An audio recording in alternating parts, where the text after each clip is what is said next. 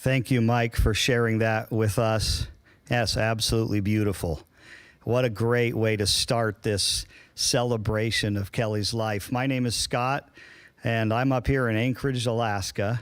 I'm the pastor at a church here in town, but more importantly today, I'm here as a friend to some of Kelley's family. Kelley's brother Ross and his wife Tammy and their family have been friends of mine and my family's for many years. Kids gone to high school together. I coach boys on wrestling teams, and so this memorial service means a lot personally to me. And I know it means a lot personally to all of you who are taking the time today to go on Facebook and to join us. And I just want to say on behalf of the Tanner family, thank you so much for joining us today. The Bible speaks about seasons in life. And in Ecclesiastes, the book of Ecclesiastes, it says there's a time for everything. There are times for mourning and there are times for rejoicing. And this event today, this hour, it's a bit of both, isn't it? There is definitely mourning that's taking place. But there is also lots of rejoicing as loved ones and friends share stories of Kelley's life and how it impacted us. So thank you for joining us today. I have the Ross and Tammy and their family, as well as Kelley's mother, Dee, with me in person. And we're the only ones here live today. The rest of you are all joining virtually and online. What a kind of an odd thing at one level, but what a special thing at another level, that people from literally all around the world can be part of honoring and celebrating Kelley's life. And one of the ways you can do that is to take advantage of the posts there on Facebook.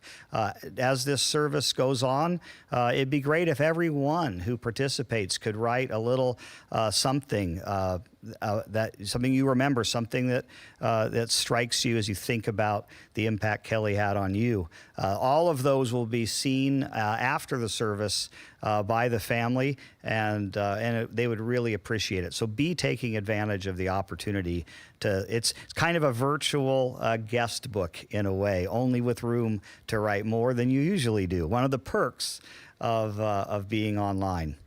Well, today is very simple in its structure. We're here to let words speak to our hearts, words of remembrance, as well as some words from God's scriptures, God's words as well. So to start the sharing of remembrances, I'm going to ask Kelley's sister-in-law, Tammy, to come up and get us started.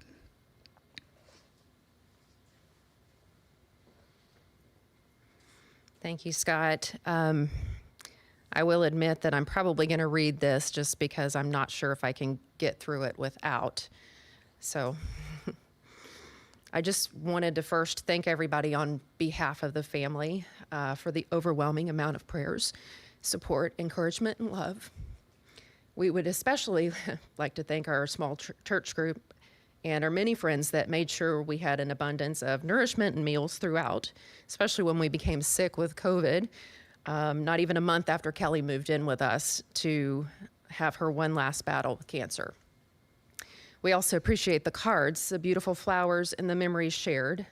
Words really cannot express our gratitude for it all. So I met Kelley back in 1998 when Ross and I first started dating in Texas. Kelley lived in Dallas and had a successful career at an architect firm. Kelley and I had no problems hitting it off and enjoyed laughing through the weekend with stories and pictures of her and Ross growing up together. They always had such a very close bond, and I knew that she was special.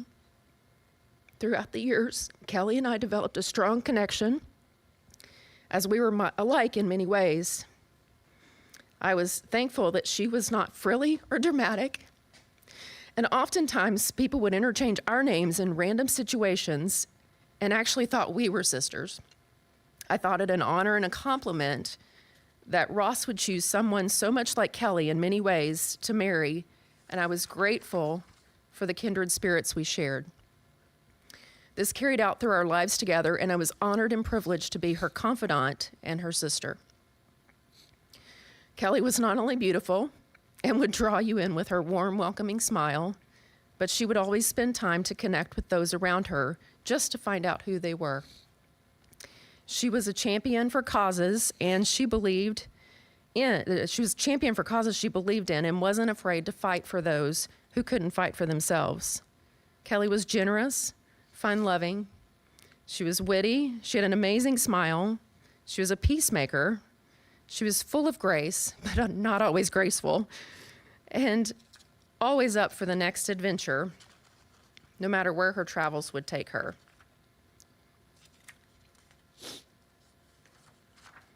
She's always been very independent and wanted to make her way in life any brilliantly creative and inventive way she could. Kelley loved her niece and nephews immensely. Because she was there from the beginning of their lives and actually drove me to the hospital when Julia and Jackson were born, she loved them as her own and shared a special bond. She would try and connect with them on an individual level at all ages. Kelley was also looking for the opportunity to instill and discuss important life lessons that most often included looking at things from a different perspective. It was so important for her to be there at their graduations and to celebrate their achievements, and we thank God that she was healthy enough to be there for both. Many say that this COVID pandemic is a horrific occurrence and a curse. We choose to see it differently. Although our family had our own run with the virus, and the public precautions are definitely a nuisance, it ended up being a huge blessing for our family, and we could see God's hand in it all. Because everything was shut down, Ross began remotely seeing patients from home by Zoom. John Ross was forced to be home from his school in Montana. Julia and Jackson had to spend their senior year of high school without running off to sporting and school events and gatherings with friends. And Dee was not working. We were all here with Kelley for concentrated Kelley time. Although I knew it was hard for her to give up her independence and accept help from us, I know she loved being around the kids and family. She had a hard time admitting she did need our help, and as always, thinking of others, didn't want our family to endure the pain of watching a loved one in their battle with cancer. In a weird way, I explained that it was not only a blessing that we could walk with her during this journey, but it was an honor to be there with her till the end. I will miss our adventures together, our walks and late night talks. Kelley left knowing Jesus, which offers us so much hope and comfort in knowing that we will be there to see her someday with her new cancer-free body. We have loved reconnecting with family, relationships with cousins, and have enjoyed getting to know the incredible friends that have surrounded Kelley and loved her for years. Her business partner in school design and dear friend Amy, her college crew from Texas A&M, which you will soon hear from, and Lori, and so many others. We have loved reading their stories and tributes by her colleagues from all over the world. As her last mission and cause to fight for, Kelley requested that if anyone would like to do something to honor her in her name, to make a donation to the GCS project. Her cancer was very rare. However, this organization supports the research and treatment of genitourinary carcinosarcomas, as well as offering education and support for those who've been diagnosed with this cancer. It comforted her to know exactly what she was facing. And we just want to let Kelley know that she was loved, and we are honored to celebrate her life. Thank you.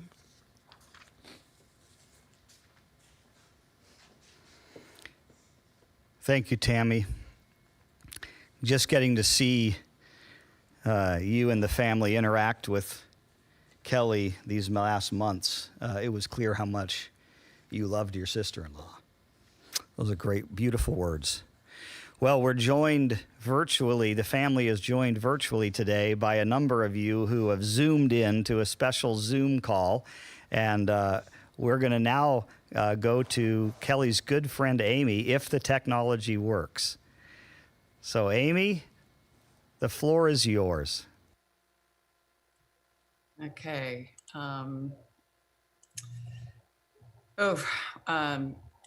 Thanks, Tammy.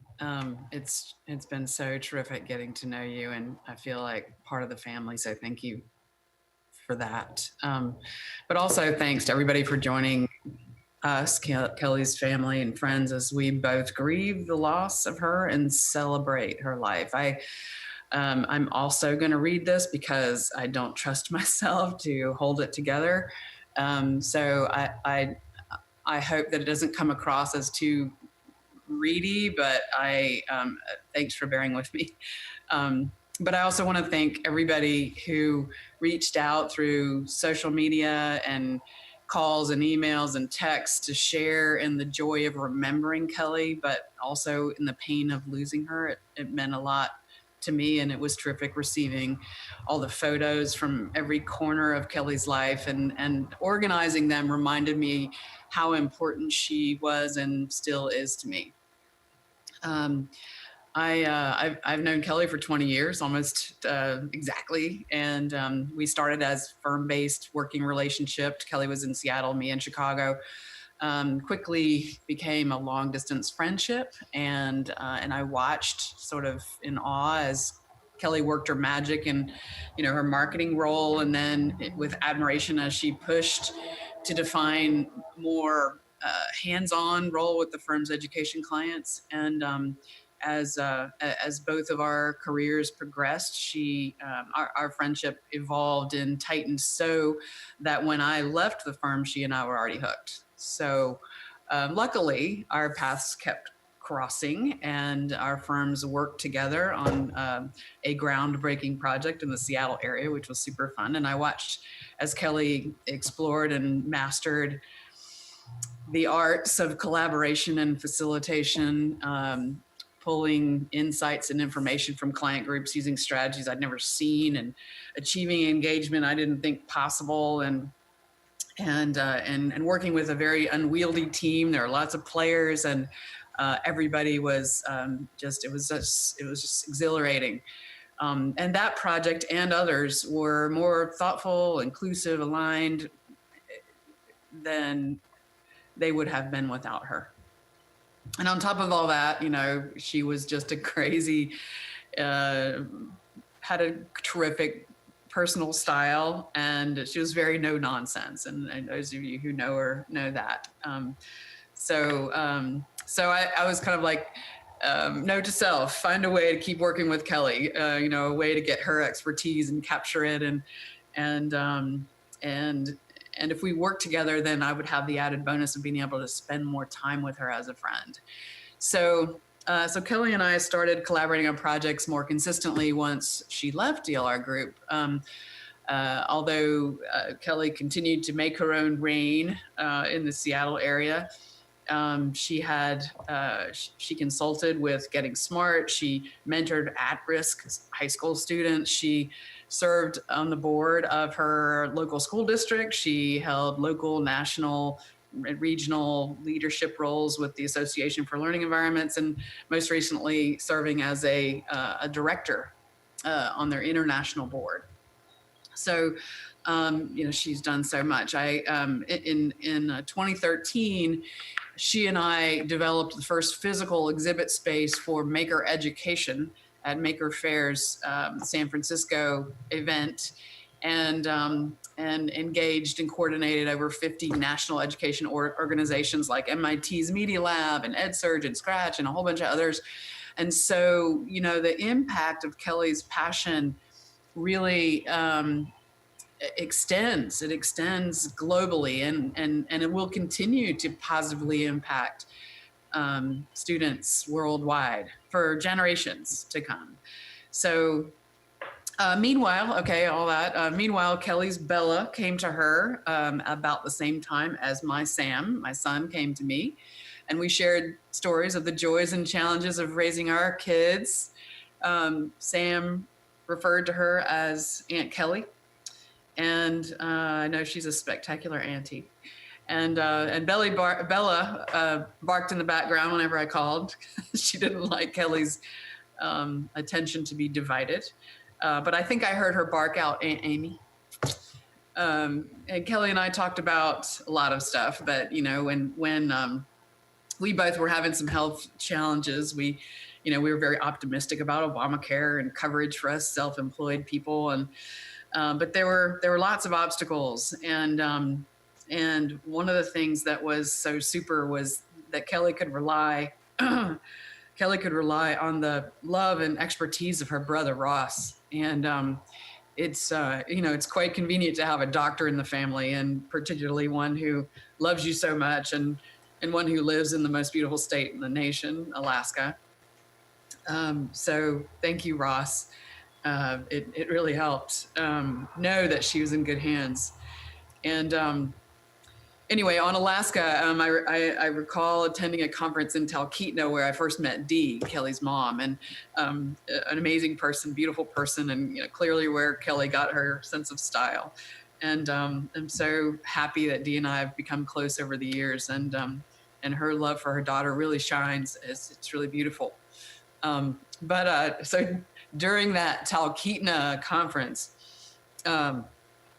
Kelley and I skipped a few sessions, which, is a little rare for her, but we ended up taking a Cessna tour of Mount McKinley on this rare, beautiful, crystal clear afternoon. I mean, as if the mountain was inviting us to come and see.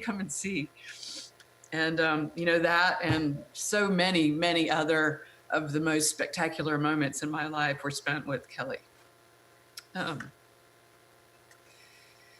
Okay. So going back to reading now. So our clients were scattered throughout the country. So much of our in-person time was neither in Seattle or Chicago. It was, wherever our clients were. And that meant that we were constantly exploring new cities and new vistas, new restaurants, and a few spas. Kelley loved the spa. And I was happy to go along. But Kelley was a master traveler, as you will hear from her buddies in a few minutes. She knew how to connect with a place to get to its essence really quickly. And I really came to depend on that. I would, anyway, along with so many other things that I depend on. But over the year or so, when Kelley's travel was more limited, I would find myself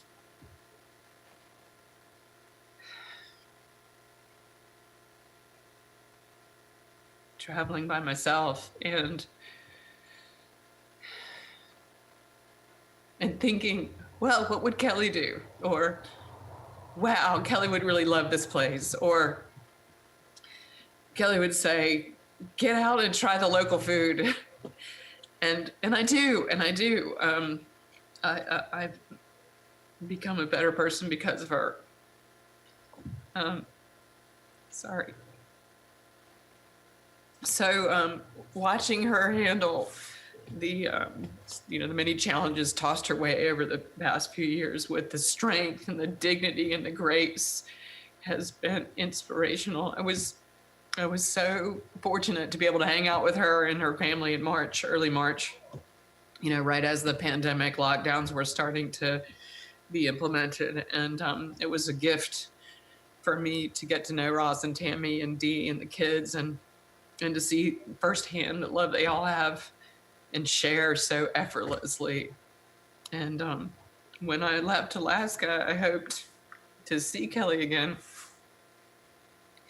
But I also knew that her family was there, and I felt confident that she was surrounded by love and that she'd be okay. So it's been 14 days since we lost Kelley, and not a day has gone by where she hasn't been sorely missed. And I find myself reaching for my phone to send her a love message, which is really our way of simply checking in and reminding each other that we are here and connected. But I feel like she still hears me, and I still say it, and I still text it every now and then. And it would be easy for me to be bitter about all the things that I'm going to miss and that she didn't get to experience. And on my bad days, I'm actually angry that she was taken. And, but, I really didn't want to be a blubbering mess up here. So thanks for your patience. But I'm trying to focus on the fact that our victories are her victories.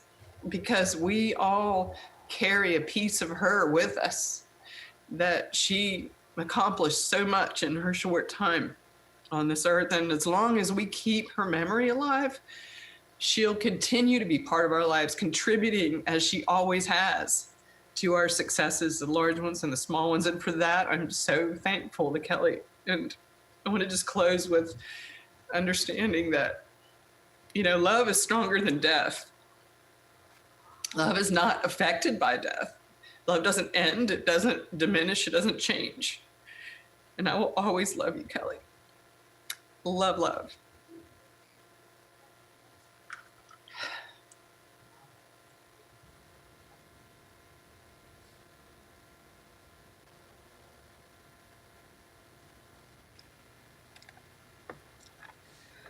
I've known Kelley since her first day of work at DLR Group in 2001, and all I could think of then was, wow, what a character. And I wasn't wrong. Over time, we found that we worked really well together, and that with our coworker Matt, we became a really effective team that had a lot of fun. Then, as Kelley and I moved into new roles, we spent less time together at work and more time as friends outside of work. The best part of that time was how encouraging we were to each other and helping both our careers grow. Then, our career stagnated a bit. Whether it had something to do with the leadership or us, we'll never know. But Kelley and I had our theories, and we spent many an hour talking about what needed to happen to propel us into the next step of our work lives. For Kelley, this meant forging out on her own to make her own rules and do the work the way she wanted to do it. For me, I'm not that much of a risk taker, so I took a chance with some new leadership that came into my world at DLR Group, and I think both of our decisions were the right ones for us. Sometimes we would go a month or two without talking at first. Kelley always said she was terrible at keeping in touch with folks, and sometimes that was true. But we usually ended up connecting at just the right times when one of us needed some encouragement to celebrate or just to vent. Even during this time, some things never failed. It might sound silly, but whenever it was time for me to get a new phone, we'd go to the same store. She fancied herself as some tech guru when she really wasn't, but she was really great at pros and cons lists. And then we went off to some hole-in-the-wall restaurant for some lunch and a movie. It was weird last year to get my new phone in the mail. Kelley was about 2 months into her treatment and had just moved in with me. She just didn't feel like going out, so I ordered it online, and she was there when it arrived. And we did as much of our ritual as her energy would allow, including getting some takeout from a hole-in-the-wall restaurant. Our other thing to do, maybe monthly, was go for a drive on Sunday mornings, just to see where we ended up for a breakfast. Sometimes this led us through a newly built neighborhood where we were astonished at the costs of the houses and very disappointed in the architecture. Sometimes we ended up way out in the country and driving by these awesome old barns. Kelley made me promise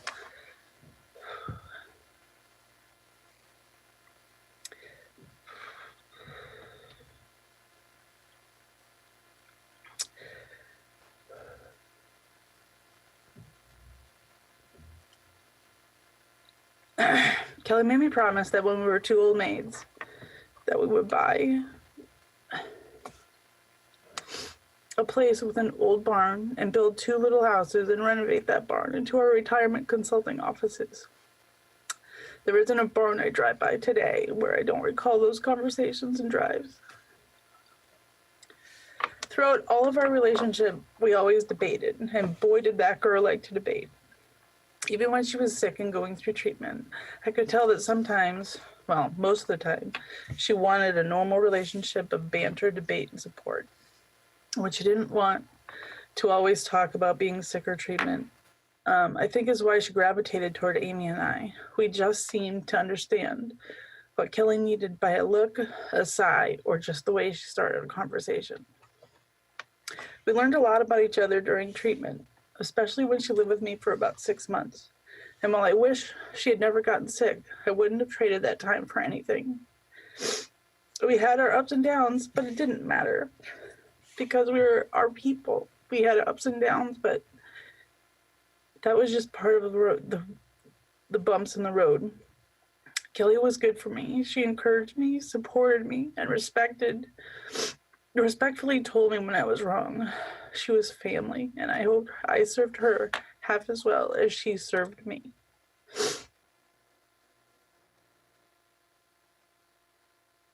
All right. So here we go. Amy, and thank you, Lori, for those kind words and mostly for your love for Kelley.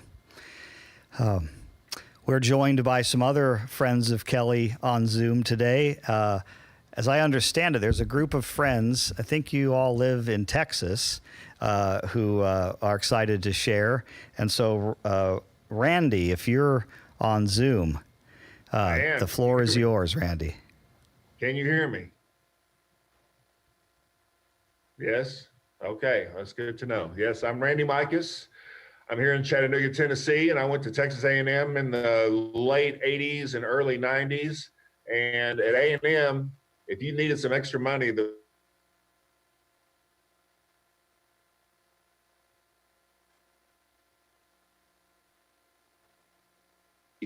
refer you to the director in order to get a job there. And in the summer of '88, I was able to make friends with the bus driver and get a job there driving a bus. And I got to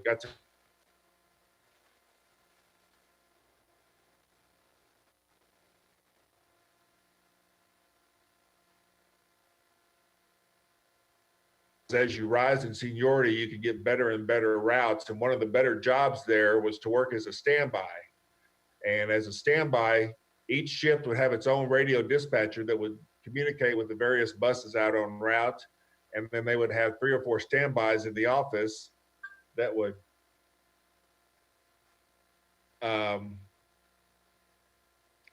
be there just in case somebody didn't show up for a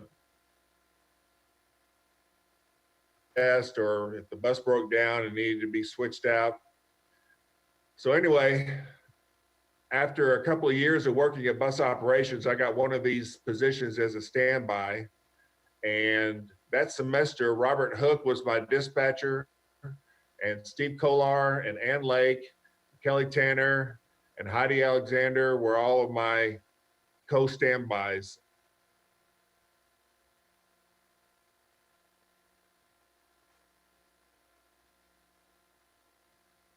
We were always good about having parties. And so they would always invite, the people that they wanted to have along, and I'll let them tell their own stories. But basically, one summer toward the end of this, our tenure there at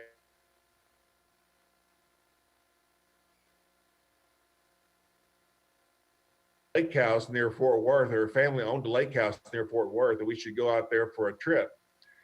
And so we loaded up for a trip out there and went out and just basically spent the weekend floating in the lake and riding the boat and drinking beer and playing cards and just doing all the kinds of things that you do at the lake. And somebody mentioned the fact and said, we had so much fun that we ought to do this every year. And we basically gotten together every summer, except for a few, for the past 30 years. So it's been at the lake sometimes it's been at the beach. We went on a cruise one year. The whole group came to Korea for my wedding. And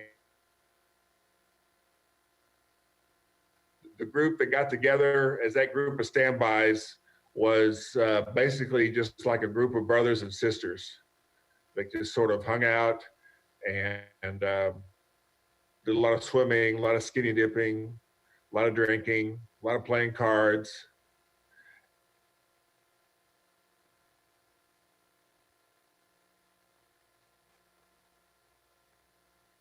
To Heidi to our roommate, to Ann and Kelley over the years.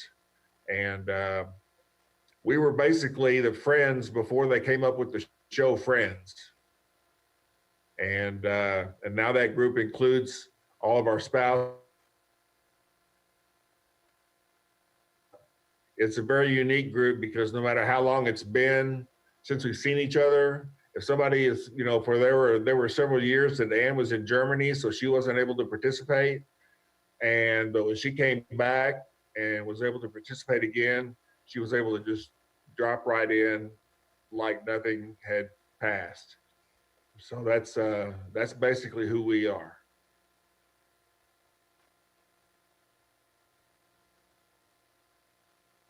Got some other things to say about Kelley.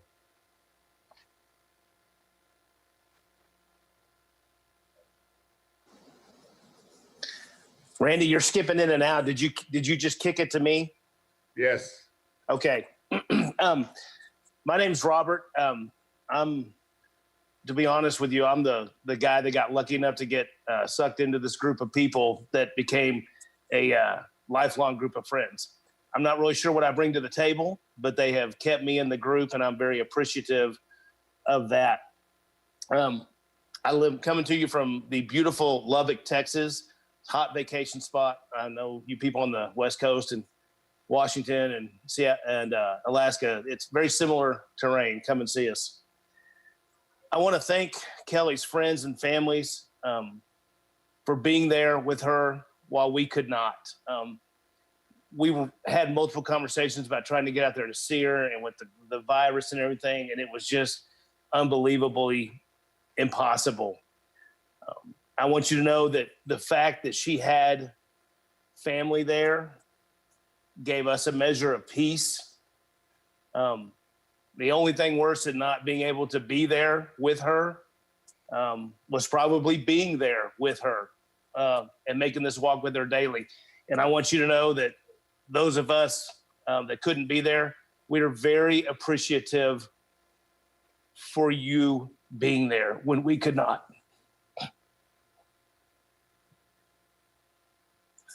My wife and I both graduated from A&M. So my wife, Shelley, was a bus driver with Kelley and Ann and Heidi and Randy and Steve. And we just loved Kelley so much that when we had our child, we named our son after her. We named him Tanner. And that's not actually true. We didn't name him after her. But the fact that she was so great allowed us to use that name. If it we hadn't liked her, we couldn't have used the name. And I remember her telling me that you stole that name from me. I was going to use that name. And I tried to tell her that I just liked the name. And it had nothing to do with her. But the fact is, Shelley and I both recognized how special she was. Plus, it kind of rolls off the tongue. We thought about Micah's Hook or Kolar Hook, and it doesn't really work. And I'm very grateful that her last name wasn't Fish, because that would have been unfortunate. My son, Tanner, years later, he was very active in science fair at his school. He was in high school, and he was working on a project on ways to build new schools and modify current schools to enhance classroom safety. He knew that Kelley was an expert in this field. And I remember I called Kelley and I said, would you be willing to talk to Tanner about this? And she was like, absolutely. And I think they were on the phone for over 90 minutes. And her joy and her excitement over what she did was so evident. It really made an impression, to be honest, on Tanner and on me, but just to hear her talk about the different things that she was doing and design and things like that, I thought that was great. He was able to incorporate her ideas. She was a listed source in this project, and that project got him to the Texas State Science Fair. He did well. And as an aside, this fall, he'll be attending Texas A&M University in the College of Architecture, just like Kelley Tanner. And so I thought that was kind of a neat deal. This group of people, we all met at bus operations. And frankly, I don't remember how we met. It seems like one day I didn't know these people, and the next day they're the only people I ever hung out with. I don't really remember. It seems like it happened that fast. We became inseparable. It's just we hung out with each other. That's what we did. Kelley, KT, we call her KT. So if I use KT, that's what I mean. She was a strikingly beautiful woman. Just stunning, quite honestly. And in the heart of absolute gold. And, up to that point, it had been my experience that, quite frankly, that women as beautiful as KT usually did not have the personality to match, but she did. Just a beautiful person. We all loved hanging out together, and frankly, those were some of the greatest times of my life. There are so many stories. It's hard to pick one. I wanted to pick one, though, that I think captures the essence of Kelley and our group and the dynamic and who she knew she was.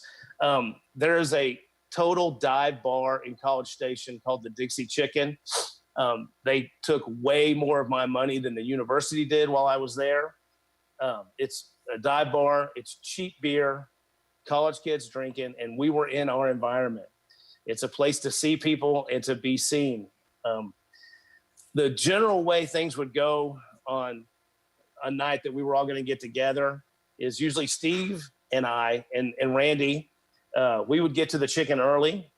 We didn't have annoyances like school or studying or things like that we really worried about. None of that really bothered us. We weren't really there to get an education. But we would get there and we would try to obtain seating. Seating at the chicken came at a premium. A good table at the chicken, when you got ready to give it up after it was busy, you could sell that table for $20 easy. And beers were 35 cents. So $20 was a lot of money. Usually once seating had been secured, this was before cell phones. I don't know how we communicated. I don't remember, but Ann and Kelley and Heidi would show up late and then take advantage of the great seating that Randy and Steve and I had obtained for us. One night we had this absolute prime location. It was right across from the bar. There's raised seating up on these beer boxes to where it allowed you to observe everyone that walked by. Okay, it was the high ground. We had the high ground in the bar that night. Ann and Kelley arrived, and they promptly claimed the best seats on the beer boxes. This put them at a raised platform, which was just what they liked. It made them very visible to where they were easily seen by every male that walked by.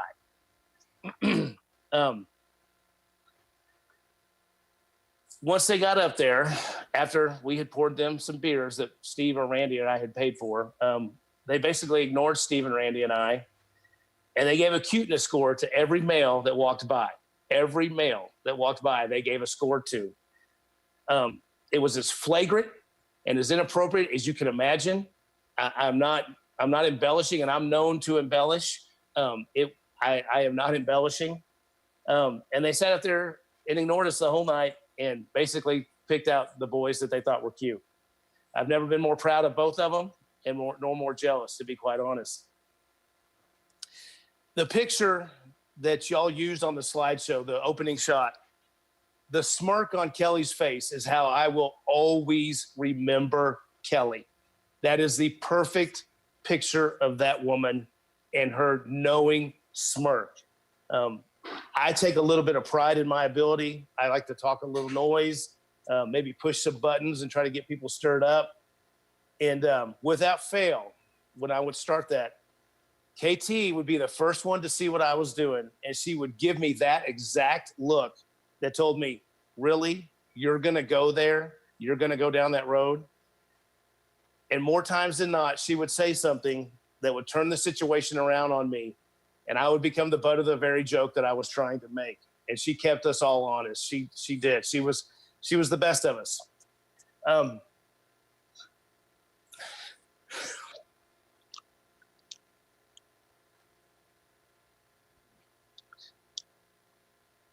We're never going to be the same.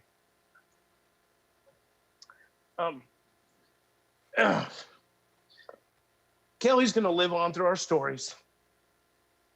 And that's going to have to be enough until we get to see her again. The hole that she has left is large, painful, and lasting. There's no replacing Kelley. There's not. Ross and Tammy and the rest of the family, and I'm sorry for not having all your names with me. Please know she is and was and will be much loved by this group of people. She's not going to disappear. Her name will not be forgotten, and her smirk will not be forgotten. Her laugh, her genuine kindness that she showed people, and her honest yearning to engage others. I'm never going to forget her awesome spaghetti sauce. It's the best spaghetti sauce I've ever had. When she would make that at the lake, it was like my favorite meal. Love that spaghetti sauce. So to the Tanner family, thank you for allowing this opportunity to speak and to honor her. It is much appreciated. And I'd close with Godspeed, KT. We'll see you on the other side, and I cannot wait for you to give me that smirk. I'll pass it on.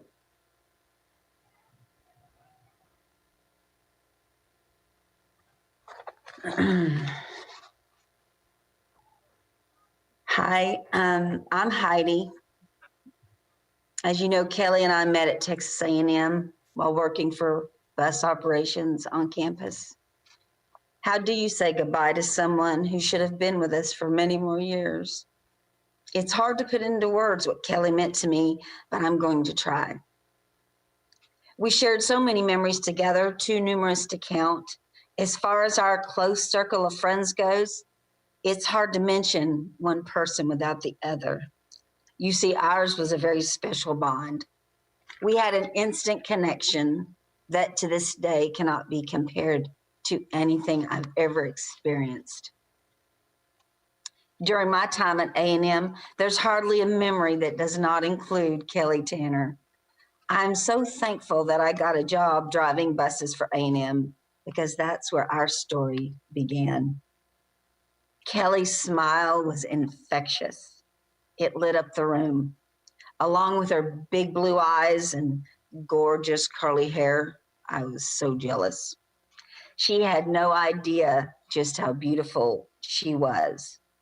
But what was most beautiful about Kelley was her heart. Just to sit and talk with her, she made you feel like you were the only person in the room. In what seems like a lifetime of memories, how do you pick just one? So for me, my favorite memories were just the times we spent at Possum Kingdom laying in Anne's hammock. After our endless night of shenanigans, card playing, or whatever we did, we would lay in that hammock for hours, talking about everything under the sun, and sometimes not saying a word at all.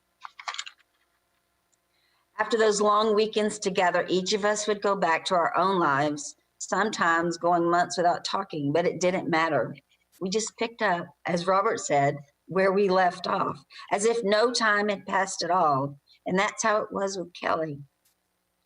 I feel so incredibly blessed to have been a part of Kelley's life, to be considered one of her best friends.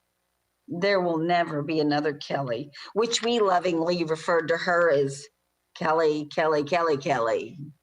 I was always Heidi Ho, hey ho. I don't know that anybody calls me Heidi, but that's okay. That's how it was. We never had to be entertained. We just enjoyed being together, driving buses together, hanging out at the Dixie Chicken, throwing parties, traveling, football games, especially our long weekends at PK. Kelley was always there, with the exception of the last few years. Due to the recent pandemic, we were unable to visit Kelley. We would have all moved heaven and earth just to be there before she left, but it just wasn't possible. That's my deepest regret, not flying to Seattle when I could have. What I would give to have one more day with her. In the end, we were able to have one last phone conversation with her. We laughed and cried one last time, reminiscing about old times, saying our final goodbyes as best we could. How does one find the words to let go of someone you love so much and who left way too soon?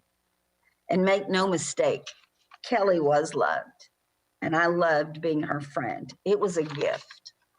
It was an honor being here today to pay respects for my sweet friend. I love you, Kelley Tanner. Thank you for a lifetime of memories. And I will see you again one day in heaven.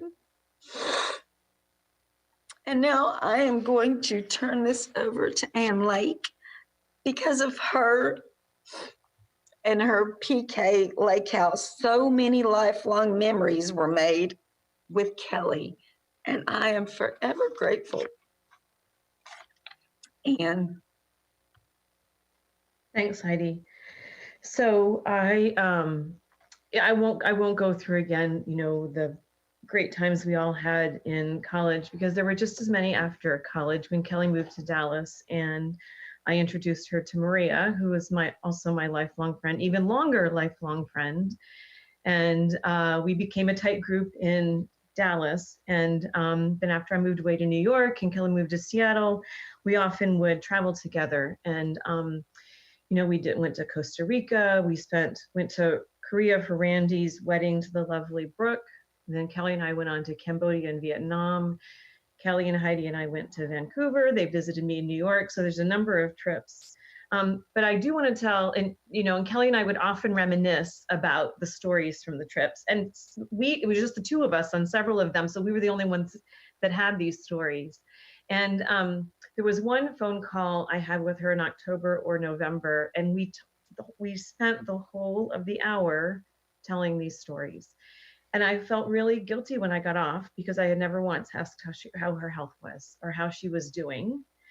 And then I thought, well, she's so consumed by her health, maybe that was an opportunity to spend an hour talking about something else.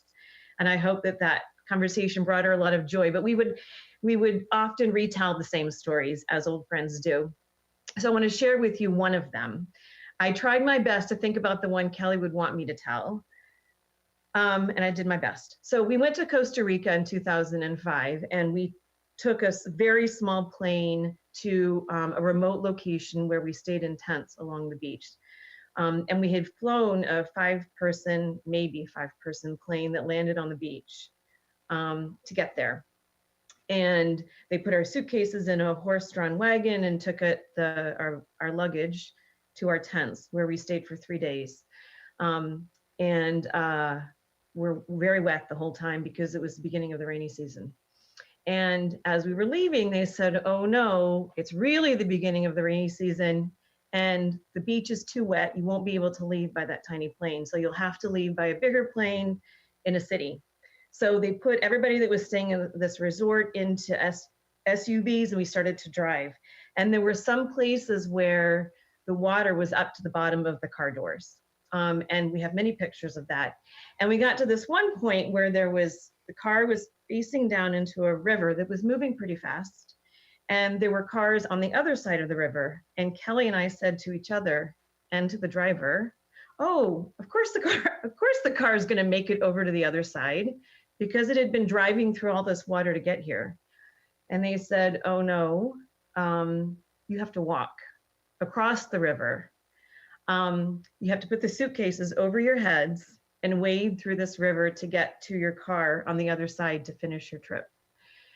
When you see the slideshow, you'll see a picture of Kelley wading through water up to her waist. That is from our trip in Costa Rica. And it just is so representative. So we got to the other side, our bags were over our heads, and then we carried on the rest of the trip soaking from the waist down. And we laughed about it the whole time. And that was just representative of Kelley and her sense of adventure. In the picture you'll see, you can't see her face, I don't think, but she's laughing the whole time that she was crossing this river. One other picture you'll see in the slideshow when you see it is Kelley in Cambodia. There's a group of kids standing around her. And everywhere we went, kids would congregate and try to sell us things, little bracelets and bangles and keychains and postcards. And I was always like, come on, Kelley. And she would always stop and talk to them and buy things. And I was like, Kelley, we have somewhere to be. We didn't really, but I was the impatient one. And she was so sweet to them. And this picture that you'll see in the slideshow is Kelley surrounded by children following her. And after meeting Amy now and listening to all of the stories about Amy's professional life, it just seems so poignant that I captured this picture when we were in Cambodia and she was being followed by children. I'm sad that we didn't get to take another trip. I, like Robert and Heidi said, wish that I had made it to Seattle. And in all of Kelley's generosity, when she first got sick, I kept saying, okay, I'll come this week. I'll come that week. I'll come in the summer. And she kept saying, no, I'm not sure I'll be able to be a good host. And I would say, that's not the point. The point is to spend time with you. No, I'm not sure you'll enjoy it if I'm not feeling well. And I wish that I had said, well, that's just too bad. I'm getting on a plane. But I didn't. And I will forever regret that, but I'm still so grateful for the times that we did have. and will miss my travel buddy and my very good friend dearly. So with that, I'm going to hand it over to Maria to say a few words. Hi, I'm coming to you from Dallas, and I'm literally going to read my words to you because I'm very nervous and I'm not a very good public speaker. So here goes. I cannot claim to be an Aggie or a bus driver, but Kelley, I can count Kelley as a very dear friend of mine. We were introduced by Ann Lake, who you just heard from, when Kelley moved to Dallas in 1991, and soon we became fast friends. I have so many fond memories of our antics living in Dallas throughout our 20s. From weekends at Possum Kingdom with the A&M gang to trips to New Orleans, Mexico, New York City, Virginia, and even Aggieland. To Kelley daring me to pierce David Hamill's ear in an Arlington bar called Jay Gilligan's. We had so many adventures. And yes, if you were wondering, I did pierce David's ear with an ice cube and an earring with Kelley's help. Ann and Kelley were also very instrumental in starting a flag football team with me, a co-ed flag football team. And this was about 1994. We needed a couple of extra males to round out our team. So the league coordinator sent us two guys, Jeff and Chris, who were recent Dallas transplants fresh out of college. So they were a good 2.5 years younger than we were. Kelley, being the ever witty one, immediately nicknamed Jeff the fetus. I ended up marrying said fetus 4 years later. Kelley was always the type of friend who was there whenever you needed her. She would absolutely give you the shirt off her back. She was such a big part of all the major events of my life during that time period. I even remember that she sat with me the entire day that I was in labor with my son Luke, my firstborn, which was literally all day. I feel blessed to have had several wonderful conversations with Kelley over the past few months, including a three-way call between Ann, Kelley, and I. And that was about a month ago. We laughed, we cried, we reminisced. Her strength and bravery throughout her illness was a true inspiration. In the words of another of our mutual friends, Sarah Bell, Kelley was a light. Her smile was pure joy, her heart gold, her loyalty unparalleled, her laugh contagious, her friendship a gift. She will be greatly missed. Steve Kolar will now say a few words.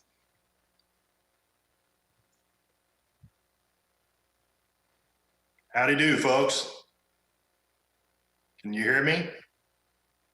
All right, sounds good. Well, I'm coming from Houston, Texas today, just to welcome you guys, and we're really excited and happy to share this time with you today. The great stories, you know, the thing about being the closer typically is that I've been taking notes this whole time, so I get to talk about all the other things that people talked about. But first, I'll start off with my story. One of the things that I was doing earlier today is I'm going to be moving out of this house and move from Houston to San Antonio. I was working in the garage cleaning up 22 years worth of junk that's been accumulated in there. And as I was going through, I found a couple of bags of these PVC fittings.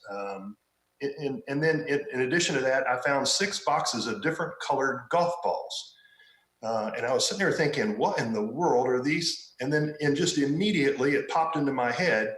This many years ago, what we did was I found this game that is commonly known as ladder golf, although we had several other names for it, which I won't go into at this time. But what we did was that we ended up, I found some instructions to make one of these ladder golf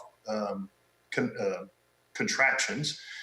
And it just so happened that week, before we were going to Possum Kingdom Lake, Kelley was here. She actually spent the night here at our house here in Kingwood. And so as we were going through there, I, recruited Kelley to try and help me to put all these things together. So we've got all these PVC fittings and we've got all this stuff. And I bought all the things that I needed to do to be able to cut them to the appropriate length and all of this stuff.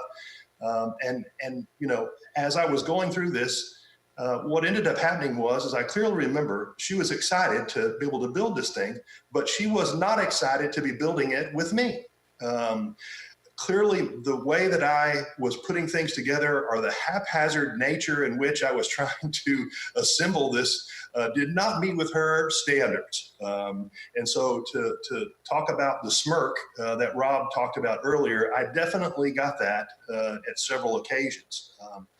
So she told me she was the architect, she could figure this thing out, and she was going to make sure that it got done right. And hence, I got my first lesson from Kelley. It definitely at the time didn't feel like a special moment, but now reminiscing about it, it certainly was. So those, you may be wondering, those stands are still at the lake today, and they're still in use, so they still work great. So the next time that I toss a three-pointer on the top rung and beat Robert for the third time in a row, I'll give you a smile and a smirk, Kelley, and because of all the love and joy that you brought to mine and all of our lives. We really, we miss you. I want to send, let me do this first, to Tammy. When I listened to your talk to start this off, Tammy, one of the things that you said that hit me just right straight in the face is that you described Kelley as not being frilly or dramatic. And that is just apropos. It is the exact thing that I think of when I do that. And so, you know, that was perfect. And we certainly appreciate that. Amy, some of the things that you talked about were no nonsense, and that you were a better person because of Kelley. And you know what? I think we all are. And we certainly appreciate that as well. Randy, the friends before friends, excellent. That should be copyrighted or something. I'm not sure exactly what we can do with that, but that was very good. And Robert, we're still trying to figure out why we let you in this group. We're not really sure, but you could stay. Now we're used to you. Heidi, the bond that we have, as you described, is envious. I don't know any of my other friends that I have besides you guys that have any type of a relationship like what we have. It is a one-of-a-kind type of a relationship. And I just can't thank you, all of you, enough for all of those things. And one of the things that you'd said was something about being, maybe that you were impatient. I can't understand that at all. I'm not even sure why you would have even said that. So in this case, Maria too, I'm not sure about the fetus or all the other things, but man, you know, we certainly appreciate the time that we've had with you and your husband and your family at the lake as well. So before I end here, I just want to send our collective heartfelt appreciation to Dee and to Ross and Tammy, to John Ross, Julia and Jackson, for caring for our beautiful Kelley through all these times, hard times, good times and bad times. She was so happy to be with you all, and I know she loved you so very much, because she'd tell me that when we had our conversations, and that she felt so great in being there with you guys. She was happy with you. She loved you all very much. We also had the privilege of talking with Amy earlier today. Kelley has told me so much about Amy and how much of a special friend you are, and we really appreciate you being with her and sharing your stories with us earlier today. And although we didn't on the Zoom meeting get to hear Lori's presentation, but we also want to send a thanks to Lori to let you know that we're forever grateful for all that you did for Kelley as well. So on behalf of the Six Pack, we send our love and support to each of you, and this is the time, and hope that our presence today with the stories was perhaps helpful as we all struggle with the loss of such a beautiful friend. Elizabeth Kubler-Ross and David Kessler said, "The reality is that you will grieve forever. You will not get over the loss of a loved one. You will learn to live with it. You will heal and you will rebuild yourself around the loss you have suffered. You will be whole again, but you will never be the same, nor should you be the same, nor would you want to." We love you, Kelley. Kelley Tanner, you've left us with an irreplaceable imprint of love and friendship that will be with us and last forever. We love you and we miss you dearly. And then earlier, we obtained a permission from Amy to say, love, love. Thank you. Love, love. Well, thank you, Steve, and thank you to all of you who've shared such great words of love, of remembrance, of honor. And I got to say, Maria, you're a good public speaker. That's not an easy thing to speak in an event like this. Thank you to all of you who've shared. You know, it's kind of obligatory that the officiating minister would also say a few words. Typically, it's kind of understood there'll be a mini sermon of some kind. But I'll just let you know right off the bat, I'm going to spare you a mini sermon. This is meant to be a time of people sharing words and stories about Kelley and what they meant. And a number of us have had the privilege of doing that verbally. But I hope all of you who have logged into the Facebook feed and you're on the live stream, maybe you're actually watching this and it's not live, it's recorded live. Put your comments in, even after the live feed. Comments posted afterwards are also part of the legacy that will be saved and documented. So everybody who's participating, the family really encourages you to take the time either now during this event, this time, or even afterwards to post thoughts. And you can share condolences to the family or stories about Kelley. So I do have a little story that kind of will function as my part of honoring Kelley. And it comes out of my own experiences with her, but it's quite limited. Maybe that's why it's not a full sermon, because I only had one conversation with Kelley. I had known about Kelley now for well over a year, since good friends with Tanner's up here in Anchorage. And over a year ago, heard about her struggle with cancer. So she'd been a topic of conversation and a matter of prayer for my wife and myself. And then was excited that she was going to be moving up here after the new year. And I was looking forward to meeting Kelley in person. But of course, COVID hit. And the Tanner household got double lockdown, as many of you know. And so although I was Zooming every week, our small group here at church would have a Zoom meeting, and occasionally I'd see a figure in the background. It's still never, not even a virtual online, did I get to meet Kelley. Until about 3 weeks ago, Ross called me up and said, "Hey, Kelley was wondering if it'd be possible to speak with you in your kind of role as a minister."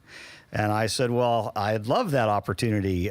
We'll keep socially distanced and I can come over and sit 6 feet apart. So I didn't know at the time that would be my one and only conversation with Kelley. But let me tell you what, it may have been only one conversation, but it is a conversation I will never forget. And I might, as I get older, I might not remember any of the content. And several of you have mentioned smirk. For me, it wasn't the smirk. It was the eyes. I got no pre-warning of Kelley's eyes. I tell you what, and maybe it was because she didn't have, her hair was all covered, or I should say her scalp was covered, so that everything drew your attention to her eyes.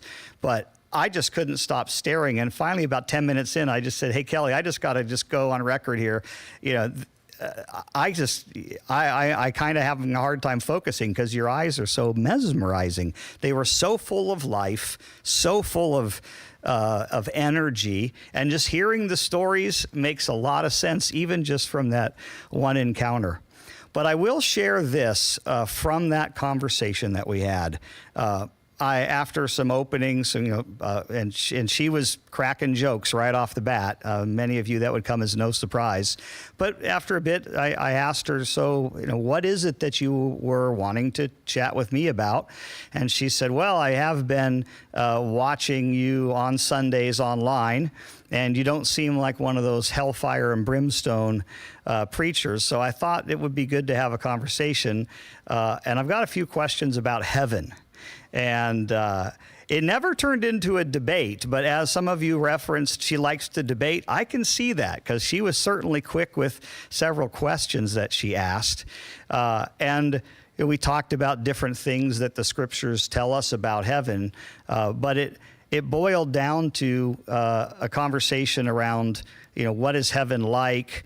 How confident can we be that the Bible really teaches about heaven? But I had a sense that that wasn't really the primary thing that Kelley wanted to talk about. So we kind of seemed to wrap that up, and I said, Kelley, it seems as if perhaps the intellectual or somewhat academic conversation about heaven and what the scriptures say about it isn't perhaps all that you wanted to chat about. And she says, well, that's very intuitive of you.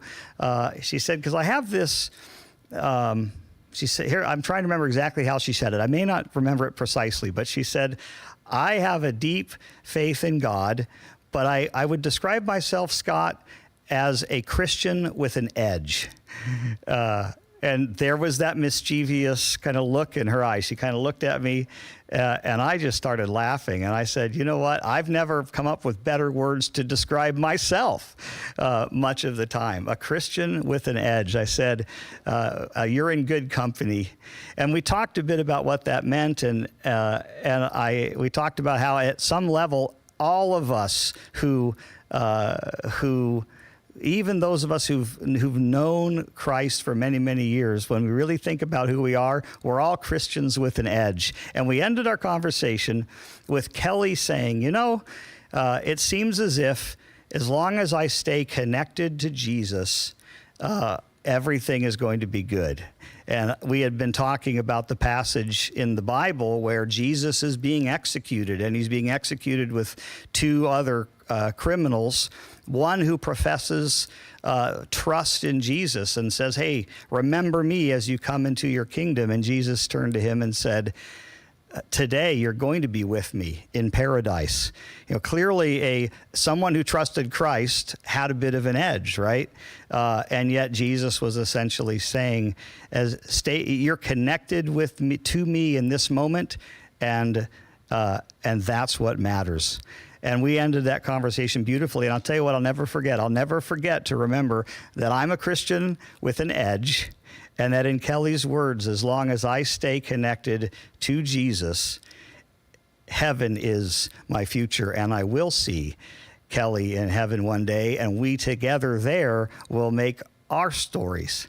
And I'll be able to join so many of you and the Tanner family with stories of my own. I want to join all the rest of the folks today who've just expressed their condolences for your loss. Dee, no mother should have to bury a daughter. It just isn't right on every level. But I take great comfort in the assurance that we will see Kelley one day, as long as we stay connected to Jesus.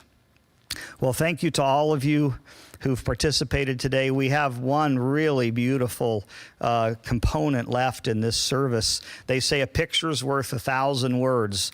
Well, we've got a couple hundred pictures and talk about a labor of love that many have contributed to, but in particular, Amy, thank you for your labors. I want you guys to enjoy this memorial through imagery that we've put together.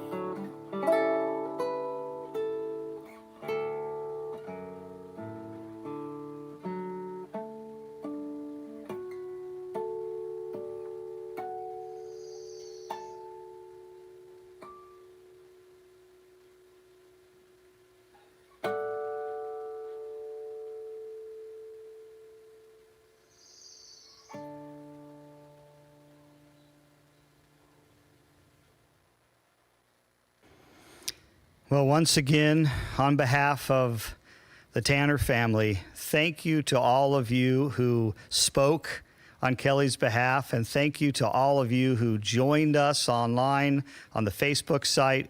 Please remember, even if it's coming back later, the family would love to hear from you. You can post comments there in the chat. Talk about a life well lived and a person well loved. This has been a great celebration. Bible talks about times of mourning and times of celebration, and this is one of those special times when it's been both. So thank you to all of you, and have a blessed rest of your day.